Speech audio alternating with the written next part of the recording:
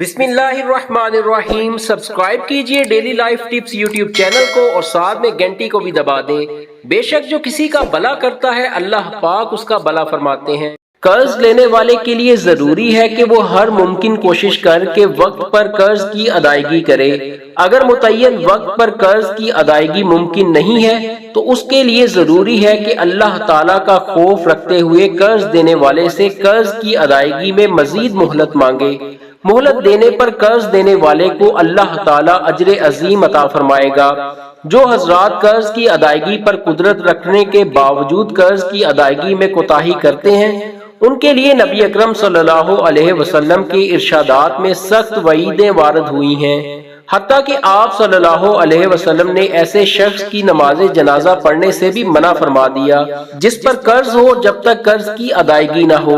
ابن ماجہ کی روایت میں رسول اللہ صلی اللہ علیہ وسلم نے ارشاد فرمایا، مسلمان کی جان اپنے قرض کی وجہ سے معلق رہتی ہے، یعنی کہ جنت کے دخول سے روک دی جاتی ہے یہاں تک کہ اس کے قرض کی ادائیگی کر دی جائے۔ ایک دن رسول اللہ صلی اللہ علیہ وسلم مسجد میں تشریف لائے تو آپ کی نظر ایک انصاری شخص پر پڑی جس کا نام ابو امامہ تھا۔ آپ صلی اللہ علیہ وسلم نے ارشاد فرمایا، ابو امامہ کیا بات ہے؟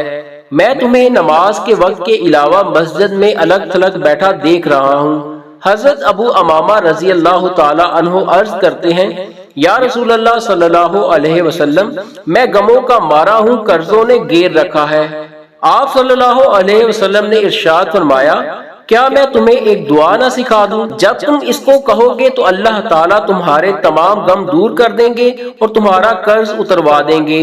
ابو امامہ نے کہا، یا رسول اللہ ضرور سکھا دیں۔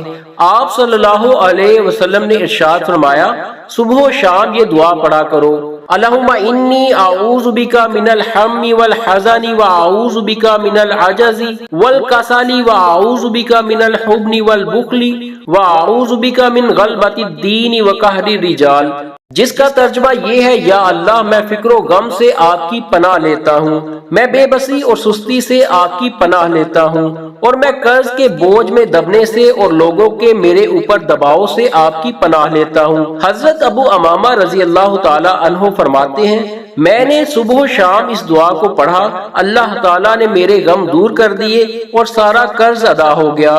آپ بھی اس آیت کو صبح و شام یقین کے ساتھ پڑھیں، انشاءاللہ تمام غموں سے نجات ملے گی۔ دوستو ویڈیو پسند آئے تو لائک کر دیجئے گا، ایسے ہی ویڈیوز روزانہ دیکھنے کے لیے ہمارے چینل کو بھی سبسکرائب کر دیجئے گا۔ خدا حافظ۔